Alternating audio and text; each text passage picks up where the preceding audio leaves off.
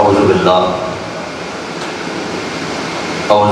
السمیع العلیم من الشیطان اللعین الرجیم بسم اللہ الرحمن الرحیم الحمد للہ رب العالمین الصلاۃ والسلام والتحیۃ والاکرام علی سید اسلم ما فی الوجود سر اللہ فی کل موجود نقطۃ دائرۃ الوجود صاحب لواء الحمد والمقام المحمود الخاتم لما سبق والفاتح لمن غلق المعلن الحق بالحق ابو القاسم محمد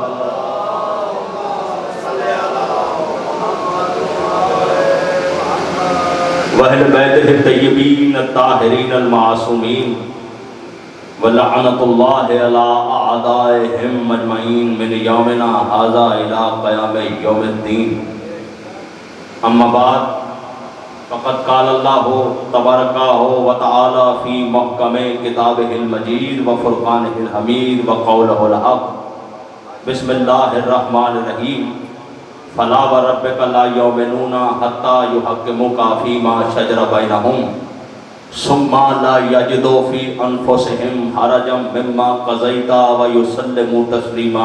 صلوات پڑھ دے مل کر محمد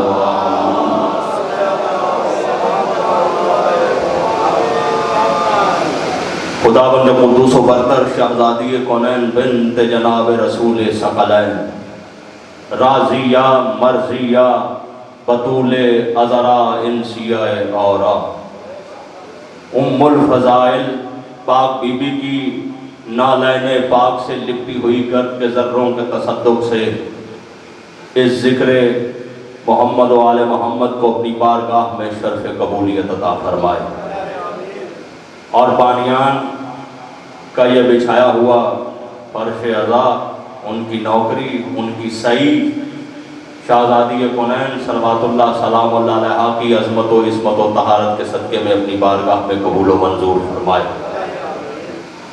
اور میں حقیر بہت ممنون و مشکور ہوں اپنے بڑے بھائی سرمایہ ملت جعفریہ، فخر ملت جعفریہ، عکس شہید سید محسن نقوی علی اللہ مقامہ، حماد اہل بیت سرکار سید شہباز حیدر نقوی صاحب کا، یہ ان کا عالی ضرب ہے کہ وہ میں حقیر کو عزت دے رہے ہیں، ورنہ ایک بہت بڑی یونیورسٹی ہے وہ، ہم نے بہت کچھ ان کی صحبت میں رہ کے سیکھا، آج جو کچھ بھی ہے ان کی دعاؤں کا ثمر ہے۔ سرکار صلوات بھیجے مل کر سیدزادے کو یہاں تک پہنچائے درود کی چھاؤں میں۔ یہیں جانے وہ آئے ہیں جو میرے سامنے بیٹھے ہیں، اور میں یہ سمجھتا ہوں کہ میری گفتگو ان کے لیے ایک سند کی حیثیت رکھتی ہے، ان کے سامنے میں لب کشائی کروں ایک ایسے با ادب اور با علم شجر کا ثمر ہے سید شہباز حیدر نقوی، اور ہمارے تو بڑے بھائی ہیں، ہمارے لیے قابل عزت ہیں، قابل صد احترام ہے اور سدا رہیں گے۔ یہ ان کا حکم تھا، انہوں نے مجھے حکم دیا، میں اپنے تمام پروگرام جتنے بھی مجالس کے تھے ان کو تمام کو میں نے ختم کیا، اور میں صداقت دعاؤں کی قبولیت کے لیے، ارواح مومنین کے بلندی کے درجات کے لیے، اور ہمارے حقیقی قائد، ہمارے وارث، ہمارے آقا و مولا حجت خدا مطلق الورا سلطان الہی سرکار امام زمان علیہ الصلوۃ والسلام عجل اللہ تعالیٰ فرجہ شریف کے ظہور کے لیے مل کر با آواز بلند صلوات بھیجے محمد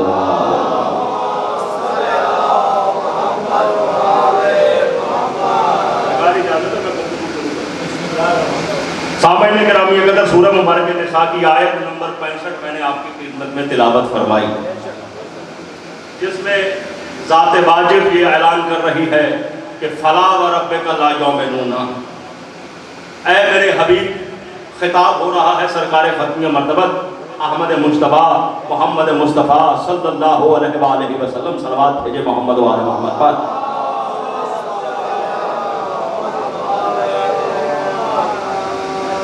کہ اے میرے حبیب تیرے پالنے والے کی قسم،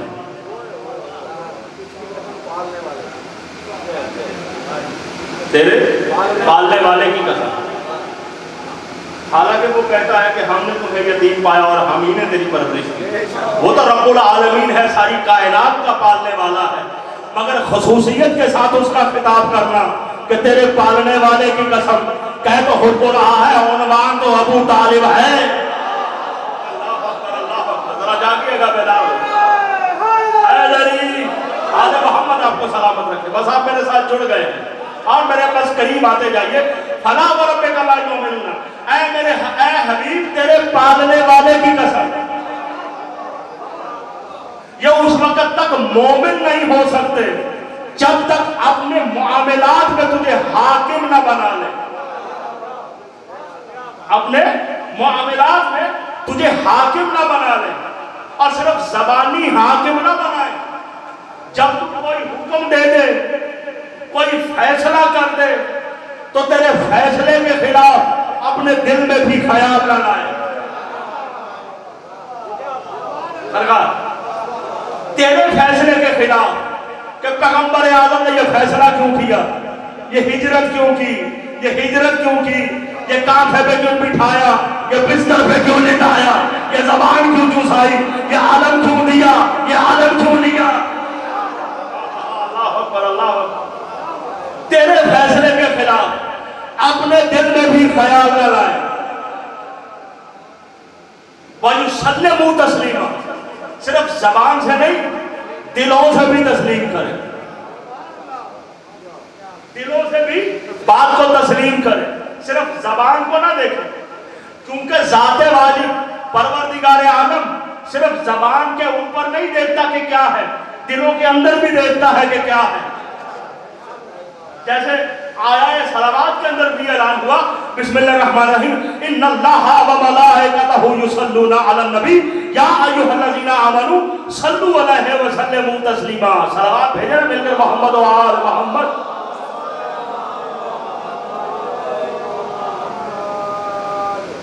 یعنی کہ اللہ نہیں چاہتا کہ زبان سے اقرار کرو، کہ صرف زبان سے اقرار کرو، اللہ یہ بھی چاہتا ہے کہ دلوں کی گہرائیاں دیکھتا۔ اس نے کہا انہ علیم بذات الصدور، بے شک وہی ہے جو دلوں کے راز کو خوب جانتا ہے،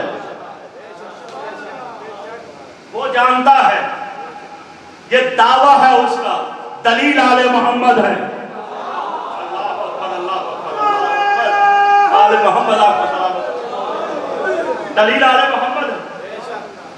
یقین آئے تو تاریخوں میں موجود ہے سرکار، تاریخ کے اندر یہ چیز موجود ہے، جب خیبر کا در علی نے اکھاڑا اپنی 2 انگلیوں پر، اور مجھے یہاں پر ایک بات یاد آ گئی اور میں یہ فکرہ ہدیہ کرنا چاہتا ہوں اپنے معلم اعظم امین روح انقلاب سرکار علامہ شہید سید عرفان حیدر عابدی اللہ مقامہ کی روح مبارک کو کہ خداوند قدوس و برتر ان کے درجات بھی بلند فرمائے، اور حماد اہل بیت سرکار سید شہید سید محسن نقوی صاحب ان کے بھی درجات بلند فرمائے۔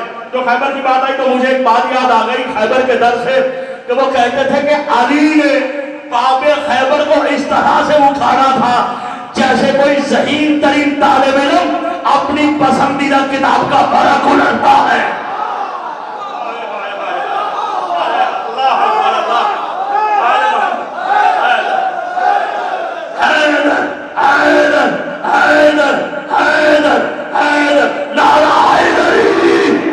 اتنی ہی بلند ترین صلوات بھیجے مل کر محمد و آل محمد پر۔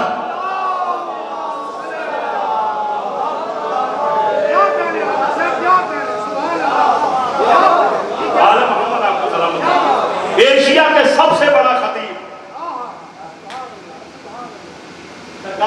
علامہ شہید سید عرفان حیدر عابدی اللہ مقامہ نور اللہ مرکزہ میں میرے وہ روحانی معلم بھی ہیں، استاد بھی ہیں، معلم اعظم کا جس طرح کوئی ذہین ترین طالب علم اپنی پسندیدہ کتاب کا بارہ کو لڑتا ہے، اس طرح سے باب خیبر کو اکھاڑا علی نے۔ اور جب علی آ گئے خیبر، بات آ گئی تھی انہو علیم بذات الصدور پہ، کچھ لوگ آئے علی کی الوہیت کا اعلان کرنے کے لیے۔ کہا بھائی دیکھیں نا، ایک انگلی ایک من میں ایک من دودھ دے، وہی اسی وقت میں آ کے 20 من دینے لگ جائے، لوگوں کو حیرت تو ہوگی کہ جس دروازے کو لوگ ایک اتنے 40 بندے اٹھاتے ہیں یا 20 بندے اٹھاتے ہیں، جتنے بھی بندے ہیں، لیکن علی نے صرف اپنی انگلیوں کے انگشت جہادت پہ اٹھا دیا خیبر کو۔ آئے ہائے انگشت کے پوچھ کے اوپر ناخن سے اٹھایا ہے۔ اور یاد رکھیے اٹھایا علی نے اور لوگ پہنچے کہ یہی اللہ ہے، الوہیت کا اعلان کرنے کے لیے۔ اب وہ علی ہے جو ہونے کو ہونے سے پہلے جانتا ہے، یہ دلیل ہے۔ علی جان گئے تھے کہ یہ کیوں آ رہے ہیں، کہ اس لیے آ رہے ہیں کہ میری الوہیت کا اعلان کرنے کے لیے۔ جناب سلمان سے کہا کہ ذرا آفتاب میں پانی دینا، مجھ سے چو کی روٹی کا ٹکڑا اٹھایا تھا، مجھ سے ٹوٹ نہیں رہا، توڑ رہے تھے گھٹنوں کا بل، کہا مجھ سے ٹوٹ نہیں رہا، کہ آفتاب میں پانی دینا۔ جیسے ہی انہوں نے دیکھا، کہا یہ وہی ہے جس نے اپنی انگشت شہادت سے باب خیبر کو اٹھانا تھا، اس سے تو چو کی روٹی کا ٹکڑا نہیں ٹوٹ رہا۔ وہ واپس بیٹھے، علی نے روٹی کا ٹکڑا زمین پہ رکھا، بارگاہ الہی میں سجدہ کر کے بتایا اور کہا کہ گواہ رہنا، علی نے خود کو کھٹا کھٹا کے تجھے بڑھایا ہے۔ یا علی یا علی یا علی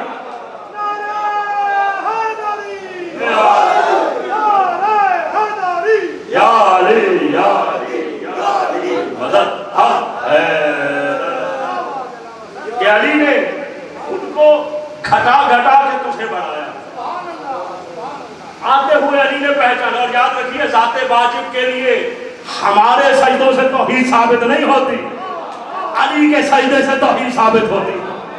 ایسے ایسے لوگ موجود تھے کہ لوگ پتھروں کی پوجا کرنے لگ گئے تھے، جو بھی اپنی طاقت دکھاتا اس کی عبادت شروع، سانپ نے اپنا فن دکھایا تو سانپ کی عبادت شروع، پتھروں کی عبادت، سانپ کی عبادت، آگ کی عبادت۔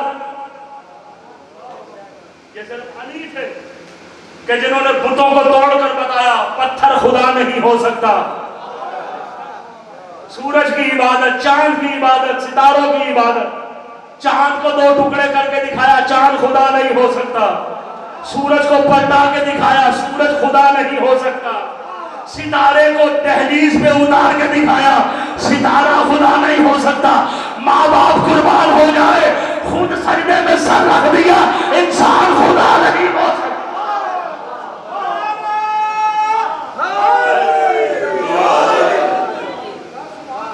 انسان خدا نہیں ہو سکتا۔ صحابہ کرام قدر کہا تیرے پالنے والے کی قسم، یہ اس وقت تک مومن نہیں ہو سکتے جب تک اپنے معاملات میں تجھے حاکم نہ بنا لے، اور صرف زبان سے نہ بنائے، دلوں سے بھی تسلیم کرے، کیونکہ اللہ اقرار زبان نہیں دیکھتا، یقین دل بھی دیکھتا ہے۔ اللہ یہ نہیں دیکھتا زبان کے اوپر کیا ہے، اللہ یہ بھی دیکھتا ہے دلوں کے اندر کیا ہے، اس لیے کہ اقرار زبان کا دل کے ساتھ ملنا ضروری ہے۔ اگر زبان کچھ اور کہہ رہی ہو، دل کچھ اور تسلیم کر رہا ہو، ایسا نہیں ہے زبان سے لا الہ الا اللہ کہتا رہے اور دل سے تسلیم توحید نہ کرے، زبان سے اقرار رسالت کرتا رہے اور دل سے ختم نبوت پر یقین نہ رکھے، پیغمبر اعظم کی عصمت پر یقین نہ رکھے، عظمت محمد مصطفیٰ پر یقین نہ رکھے، زبان سے علی ولی اللہ تو کہتا رہے، دل میں خیال کرتا رہے اور کنڈیشن لگاتا رہے، یہاں کہنا ہے یہاں نہیں کہنا۔ یا علی یا علی یا علی، ذرا جانیے گا اور میرے قریب آئیے، دلوں سے اللہ سے یہ نہیں ہے کہ زبان کے اوپر کیا ہے۔ اور یاد رکھیے اللہ اقرار زبان، سرکار آپ سے دعا کا تعلق، اقرار زبان یقین دل کے بغیر قبول نہیں کرتا. ذرا بیدار ہوئیے گا.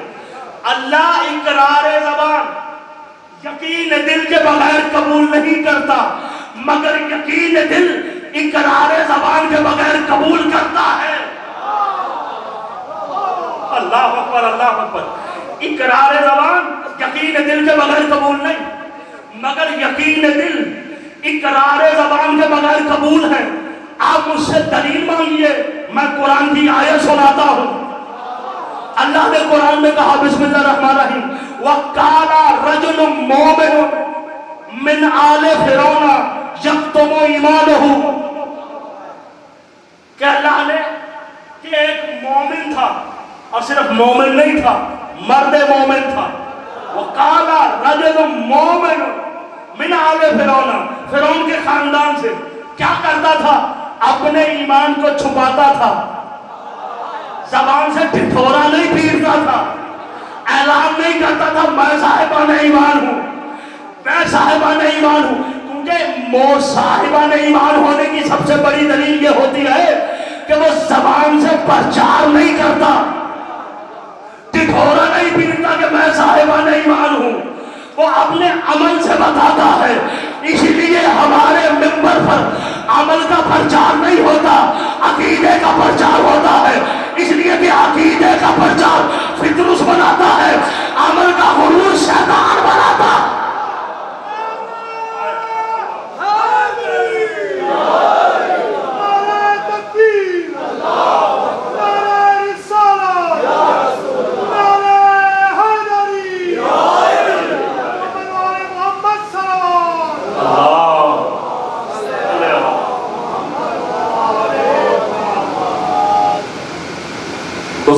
گرامی کل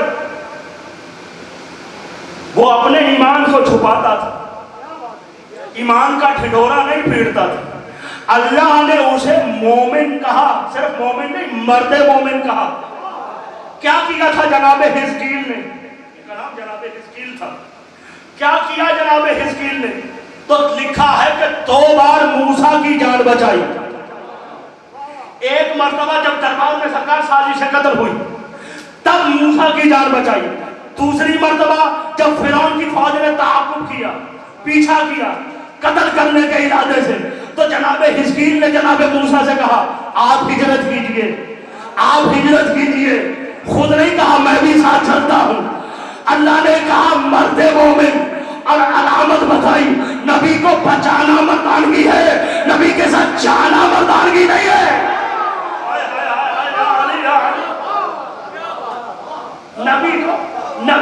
نبی کو بچانا مردانگی ہے، نبی کے ساتھ جانا مردانگی نہیں ہے. اب سمجھ میں آیا کہ قرآن کا مزاج اور ہے، مسلمان کا مزاج اور ہے. بھائی قرآن کا مزاج یہ ہے کہ جو 2 بار موسیٰ جیسے نبی کی جان بچائے، موسیٰ نبی کی جان بچائے، اللہ اسے مومن نہیں کہتا، مرد مومن کہتا ہے کلمہ سنے بغیر. ذرا بیدار ہو میارہ سوال اٹھائیے گا. بھائی اللہ یہ کہ قرآن کا مزاج، یہ ہے قرآن کا مزاج کہ اللہ 2 بار جو موسیٰ نبی کی جان بچائے، اللہ اسے مومن نہیں کہتا، مرد مومن کہتا ہے کلمہ سنے بغیر. اور مسلمان کا مزاج یہ ہے کہ جو ساری زندگی موسیٰ کے نبی کو بھی بچاتا رہا، اس کا کلمہ ڈھونڈ رہا ہے.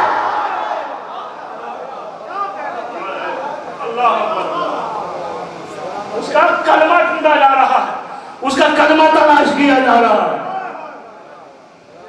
کلمہ سنے بغیر. اور حالانکہ قرآن کے اندر کلمہ ہے، کلمہ بھی ہے، جو صاحبان ایمان ہوئے ان کا کلمہ بھی ہے. اسی موسیٰ کے دور، اسی فرعون کے دربار جب جادوگروں نے رسیاں پھینکی اور موسیٰ نے اپنا عصا پھینکا،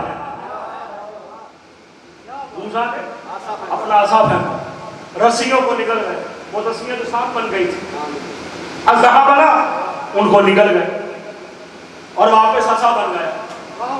اور لکھا قرآن نے آمنا برب موسیٰ و ہارون، ہم ایمان لائے موسیٰ کے رب پر ہم ایمان لائے ہارون کے نام پر تو پتہ چلا کہ جو کلمہ پڑھے وہ خالی نبی کا کلمہ نہیں پڑھتا، اس کے مسیح کا اقرار بھی کرتا ہے، اس کے مسیح کا کلمہ بھی پڑھتا ہے۔ تو یہ پرانے مومنوں کی پرانی عادت ہے۔ اللہ اکبر، اللہ، کلمہ صرف نبی کا نہیں پڑھا، اس کے مسیح کا بھی کلمہ پڑھا۔ اور ادھر سے فرعون کا جواب بھی آیا کہ انتم رافضون، کیا تم رافضی ہو گئے، کیا تم رافضی ہو گئے؟ آج سوشل میڈیا پر اور چوراہوں پر اور بڑے بڑے جگہوں پر جلسے کیے جا رہے ہیں، علی کے چاہنے والوں کو رافضی کہہ رہا ہے۔ بھائی ہمیں کوئی پرواہ، ہمیں کوئی تکلیف نہیں ہوئی، اس لیے کہ رافضی کہنا پرانے فرعونوں کی پرانی عادت ہے۔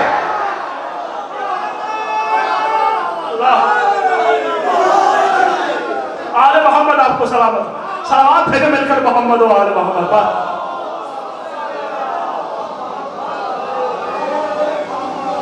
دیکھیے کچھ حضرات نے صلوات جو ہے وہ بڑی آہستہ پڑھی، یاد رکھیے یہ صلوات، اس سے بڑی بات کیا ہو سکتی ہے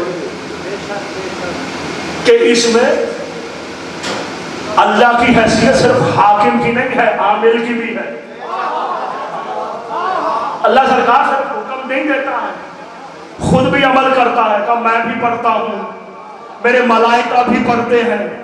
اور یاد رکھیے کہ صلوات اتنی اہم ترین عبادت ہے کہ اللہ نے جب جناب آدم کا عقد کیا بی بی حوا سے، کہا آدم مہر میں کیا لوگے؟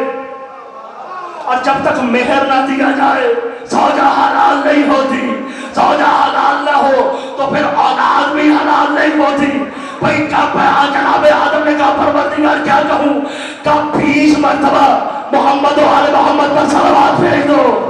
آئے ہائے ہائے ہائے، 20 مرتبہ محمد و آل محمد پر صلوات بھیج دو۔ صلوات بھیجی، ہماری دادی حوا جناب آدم پہ حلال ہوئی تو پتہ چلا آج جو صلوات پڑھتے ہیں یہ محبت محمد و آل محمد ہونے کی دلیل نہیں ہے، حلال زادہ ہونے کی دلیل ہے۔ صلوات بھیجے مل کر محمد و آل محمد پر۔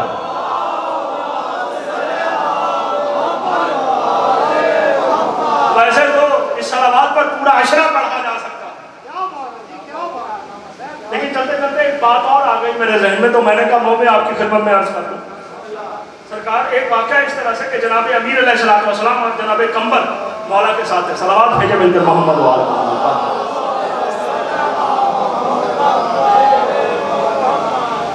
آپ ایک صحرا میں گئے اور اس صحرا میں دیکھا کہ ایک پرندہ ہے، اور دیکھا نہ وہاں کو پانی ہے، نہ کچھ کھانے کے لیے ہے، نہ کچھ پینے کے لیے، وہ پرندہ اڑ رہا۔ اور جناب کمبر نے دیکھا اور حیران ہوئے، کہا مولا یہاں نہ کچھ کھانے کے لیے، نہ کچھ پینے کے لیے، اور یہ پرندہ یہاں کیا کرتا؟ کہا مولا نے کہا یہ پرندہ ادھر ہی رہتا ہے اور صدیوں سے ادھر ہے اور ادھر ہی ہے۔ اللہ کہا یا مولا نہ کچھ کھانے کے لیے نہ کچھ پینے کے لیے یہ زندہ کیسے رہتا ہے؟ تو مولا نے کہا جا کے خود پوچھ لو۔ کہا مولا پرندہ نہ میری زبان جانتا ہے نہ میں پرندے کی زبان جانتا ہوں۔ کہا میں علی کہہ رہا ہوں، جا کے پوچھو، تیری زبان سمجھے گا بھی، تیری زبان میں جواب بھی دے گا۔ جناب کمبل گئے، جا کے پوچھا اور وہ گویا ہوا۔ اس نے کہا آپ جناب کمبل نے پوچھا کہ تم زندہ کیسے رہتے ہو؟ کیا تمہیں بھوک نہیں لگتی؟ کہا لگتی ہے۔ تو کہا یا کھانے کے لیے تو ہے کچھ نہیں؟ کہا تجھے پیاس نہیں لگتی؟ کہا لگتی ہے۔ کہا کچھ پینے کے لیے تو ہے نہیں؟ تو کھاتا کیا ہے؟ تو پیتا کیا ہے؟ تو اس نے کہا کہ جب مجھے بھوک لگتی ہے محمد و آل محمد پر صلوات پڑھ لیتا ہوں، اور جب مجھے پیاس لگتی ہے محمد و آل محمد کے دشمنوں پہ لعنت کر دیتا ہوں۔ اللہ اکبر، اللہ اکبر، یہی میرا کھانا ہے، یہی میری پیاس ہے۔ تمنا بھی اتنی بڑی عبادت ہے، تمنا بھی اتنی بڑی عبادت ہے۔ لوگ کہتے ہیں کہ اس لیے کہ نماز سب سے، دیکھیں عمل، ہم عمل کے خلاف نہیں ہیں، نہ ہم سے بڑا کوئی عمل کر سکتا۔ میں نے پہلے بھی کہا ہے کہ ہم عمل کا ڈھنڈورا نہیں پیٹتے، اس لیے کہ عمل کا غرور شیطان بناتا ہے۔ اور نماز اوپر ہے، چلتے ہیں نماز روزہ حج زکات خم جگہ، کہتے کہ یہ نماز اوپر ہے تولا 90 نمبر پر ہے، نماز اوپر ہے روزہ اوپر ہے تولا 90 نمبر پر ہے، وہ نیچے ہے نماز اوپر ہے۔ آپ نے کبھی کسی عمارت کو دیکھا ہے؟ وہ عمارت کس پہ کھڑی ہوتی ہے؟ یا محمد سرکار آپ کی دعاؤں کا طالب، عمارت دیکھا کہ امام بارگاہ کوئی دیکھ لے کہ امام بارگاہ کی بلڈنگ کس بیس پر کھڑی ہے؟ نیو پر کھڑی ہے، تو نیو ہوتی ہے نیچے۔ بھائی کوئی بھی بلڈنگ ہو، کہیں کی بلڈنگ وہ کھڑی ہوگی، کوئی بھی عمارت ہو وہ کھڑی ہوگی نیو کے سر پہ، نیو نیچے ہے عمارت اوپر ہے، اس کے نیچے ہونے سے اس کا رتبہ نیچا نہیں ہے، اس کا رتبہ نیچا نہیں ہو جاتا، اس لیے کہ اگر یہ نیچے نہ ہو تو جو اوپر ہو وہ نیچے آ جائے۔ اگر یہ نیچے نہ ہو تو جو اوپر ہو وہ نیچے آ جائے، وہ نیچے آ جائے۔ اب وہ کہتے ہیں نماز ٹکی ہے تولے پر، روزہ ٹکا ہے تولے پر، حج ٹکا ہے تولے پر، زکات ٹکی ہے تولے پر، یہ تولے پر ٹکی ہے۔ اگر تولا نہ ہو تو نماز نیچے آ جائے، روزہ نیچے آ جائے، حج نیچے آ جائے، زکات نیچے آ جائے، تو تولا کاہے پہ ٹکا ہے؟ تولا ٹکا ہے تولے پر، تولا ٹکا ہے تولے پر۔ اور سرکار کی موجودگی میں ان کے چہرے کی مسکراہٹ سے مجھے روایت کے فکرے یاد آ گئے۔ علامہ حافظ نجم البرسی الہلی نے لکھے ہیں درود و زمین، سرکار کا ایک صحابی تھا سرکار ختم مطلب ابو سعید خدری، ایک قصاب کے پاس گئے تو قصاب کے پاس روز جا کے کہتے سرکار توجہ، آپ کی دعائیں بھی چاہتا ہوں توجہ بھی چاہتا ہوں، روز ایک قصاب کے پاس جاتے اور قصاب سے جا کے کہتے تیرے فلانے فلانے پہ لعنت۔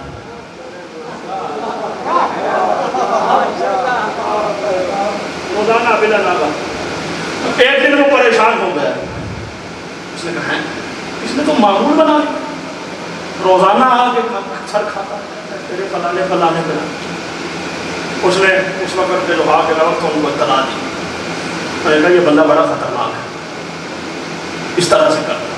انہوں نے کہا کہ اچھا ایسا ہے کہ میں 2 سپاہی بھیجتا ہوں تیرے ساتھ، وہ پردے کے پیچھے کھڑے ہو جائیں گے، جیسے ہی یہ کہے گا وہ اسے دبوچ لیں گے۔ اب توجہ رکھیے گا، جیسے ہی ادھر سے وہ بندے تعینات ہوئے، رات کو ابو سعید خدری سوئے، خواب میں جناب سیدہ آ گئے۔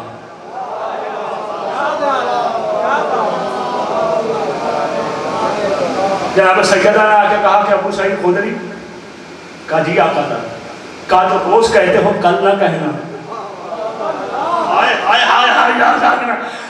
جو روز کہتے ہو کل نہ کہنا، آپ نے بڑی آسانی سے جملہ گزار دیا۔ بھائی ابو سعید خدری تبرہ کرتے تھے، اس کا مطلب ہے بی بی روز سنتی تھی۔ اللہ اکبر اللہ اکبر۔ ذرا بتا دو کہ جو روز کہتے ہو کل نہ کہنا۔ جناب ابو سعید پہنچے قصاب کے پاس، سپاہی پردے کے پیچھے چھپے ہوئے تھے، آئے قصاب کے پاس پہنچے، قصاب کے پاس جا کے کہنے لگے لاؤ میرے 40 درہم واپس دو جو میں نے تم سے قرض لینا ہے۔ وہ حیرت سے دیکھنے لگا ہے اسے کیا ہو گیا؟ کہا وہی کہو نا جو روز کہتے ہو۔ ابو سعید کہتا میں کہاں روز کہتا تھا، میں تو روز آگے یہی کہتا میرا قرض واپس کرو۔ یہی بحث ہوتی رہی، سپاہی پردے کے پیچھے سے نکلے، قصاب کو دبوچا اور کہا حکومت میں غلط فہمیاں پھیلا رہے ہو۔ ذرا بیدار ہوئیے گا، کہا حکومت کے اندر غلط فہمیاں پھیلا رہے ہو۔ یہاں سے پکڑا، لے کر گئے حاکم وقت کے پاس، کہا اسے زندان میں ڈالو اور 40 درہم جو ہیں ابو سعید کے وہ بھی واپس کرو۔ ابو سعید کے 40 درہم بھی واپس ہوئے، قید میں رکھا گیا، ہفتے بھر قید میں رہا، قید سے رہا ہوا، دکان پہ واپس آیا۔ ابو سعید گھر سے نکلے، دکان پہ پہنچے، پہنچ کے کہتے تیرے فلانے فلانے پہ لعنت، کہ تیرے فلانے فلانے پہ لعنت۔ وہ آگے سے کہنے لگا ڈبل لعنت، کہ تو کیوں کہہ رہا ہے، کہ کیوں نہ کہوں، تیرے اتنے آلہ ہے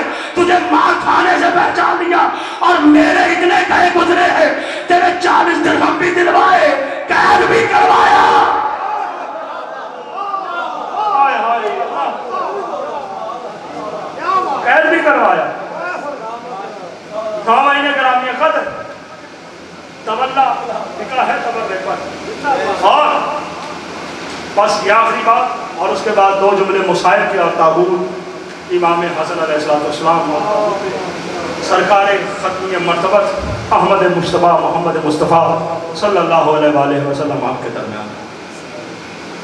اللہ صرف یہ نہیں دیکھتا کہ زبان پہ کیا ہے، کہ زبان سے کیا کہہ رہا ہے، لسان سے کیا کہہ رہا ہے، اللہ یہ بھی دیکھتا ہے کہ یہ دل کے اندر کیا ہے۔ اور اللہ صرف صاحب ایمان دل سے پہچانتا ہے، کلمے سے نہیں، کلمے سے نہیں۔ حالانکہ کلمہ تو جناب آسیہ کا بھی نہیں ملتا، لیکن اللہ نے جناب آسیہ کو کیا کہا؟ اللہ نے تو جناب آسیہ کو مومنہ بھی نہیں کہا، کیا کہا؟ بسم اللہ الرحمن الرحیم، وَضَرَبَ اللَّهُ مَثَلًا لِلَّذِينَ آمَنُوا وَامْرَأَتَ فِرْعَوْنَ، ہم نے فرعون کی بیوی کو مومنوں کے لیے مثال بنا دیا۔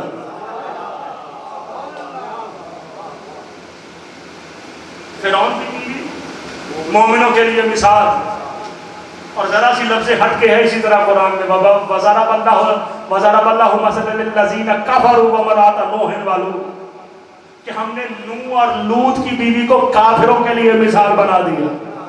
یعنی کہ اللہ زوجیت نہیں دیکھتا، اہلیت دیکھتا ہے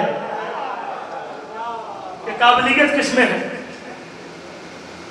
اور جناب آسیہ کا کلمہ نہیں ہے، اللہ نے جناب آسیہ کو کیا کہا؟ مومنوں کے لیے مثال بنا دیا، مومنوں کے لیے مثال بنا دیا۔ کیوں کہا؟ جناب موسیٰ کی حفاظت کی، تو جس نے جناب موسیٰ کی حفاظت کی اسے مومنوں کے لیے مثال بنا دیا، اور جس نے ختمی مرتبت کی حفاظت کی، تو اگر جناب آسیہ مثال ہے، بھائی جناب آسیہ مومنوں کے لیے مثال ہے، تو ابو طالب کس کے لیے مثال ہے؟ تو پتہ چلا کہ جناب آسیہ مومنوں کے لیے مثال، اور جناب ابو طالب کائنات میں بے مثال۔ اللہ اکبر، اللہ اکبر، کائنات میں بے مثال۔ بھائی ہو سکتا کون ہے ابو طالب جیسا؟ نہ ابو طالب کے بیٹے جیسا بیٹا کسی کا، نہ ابو طالب کے بھتیجے جیسا بھتیجا کسی کا، نہ ابو طالب کے بہو جیسی بہو کسی کی، نہ ابو طالب کے پوتے جیسے پوتے کسی کے۔ کائنات میں بے مثال، اور نہ جانے کیا دشمنی تھی اس خاندان ابو طالب سے لوگوں کو۔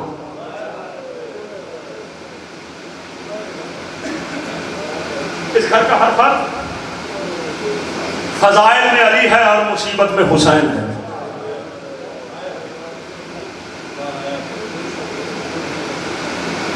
کبھی کسی مزدور کا، کس کا کوئی پرسان حال بھی نہ ہو، جس کا نہ کوئی آگے ہو نہ کوئی پیچھے ہو، آپ نے کبھی اس کا جنازہ بھی قبرستان سے واپس لوٹتے دیکھا ہے؟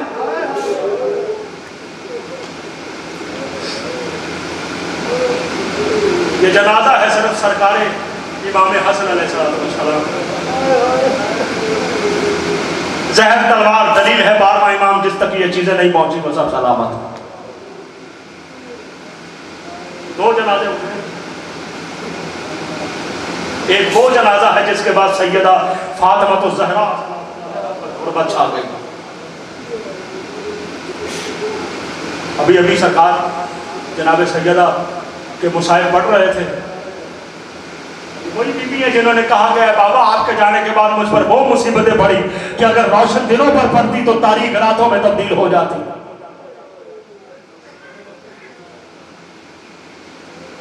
اور وہ زبردستی زہر پلایا گیا سرکار ختم مرتبہ احمد مصطفیٰ محمد مصطفیٰ کو۔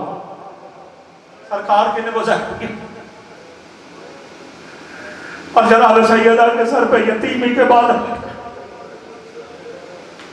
فاطمہ الزہرا سلام اللہ علیہا یتیم ہو گئی سرکار ختمی مرتبت کا جانے کے بعد۔ اور اتنی غربت کہ لوگ جنازہ چھوڑ کے کہیں اور چلے گئے حاکم بنانے۔ میں نے کہا کہ اس گھر کا ہر فرد مصیبت میں حسین ہے، اور یہی وہ دن ہے کہ جن دنوں ایک اور حسن کی شہادت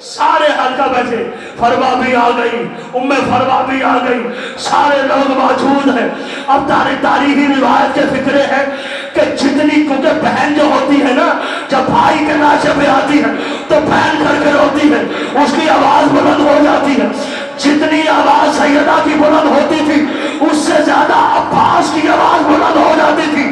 پوچھنے والے نے پوچھا آپ کیوں اتنا رو رہے؟ کہ تو نے دیکھا نہیں علی کی بیٹیوں کی آواز کہیں باہر کوئی سننا دے؟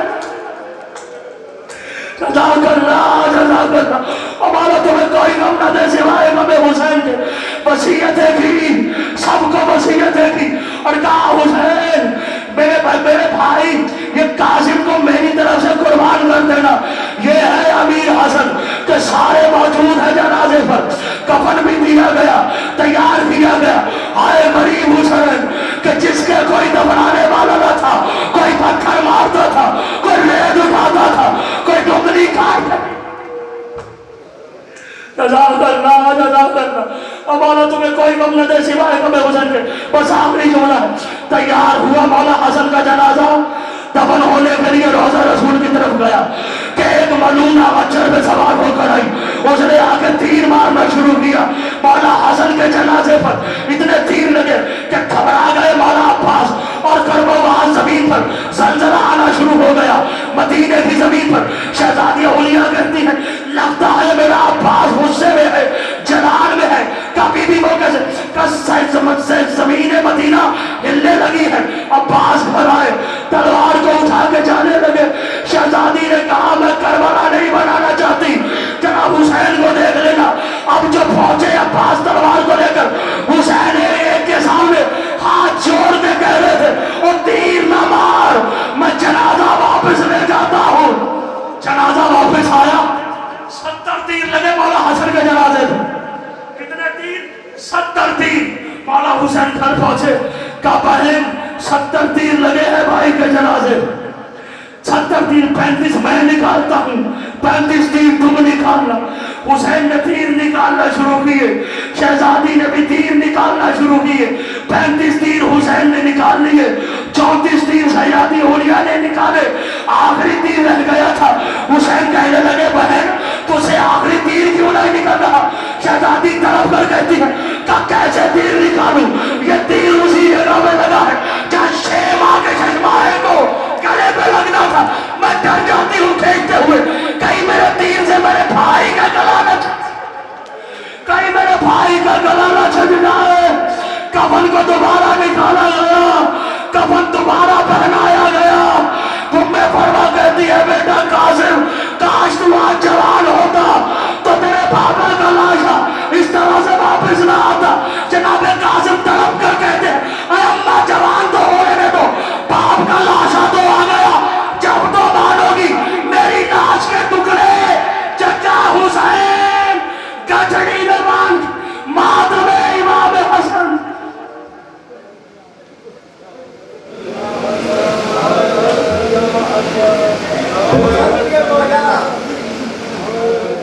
نوح خانی کے لیے ابے سجاد سے گزارش ہے کہ وہ اگر میری آواز سن رہے ہیں تو سب مل کے کہیں یا حسن۔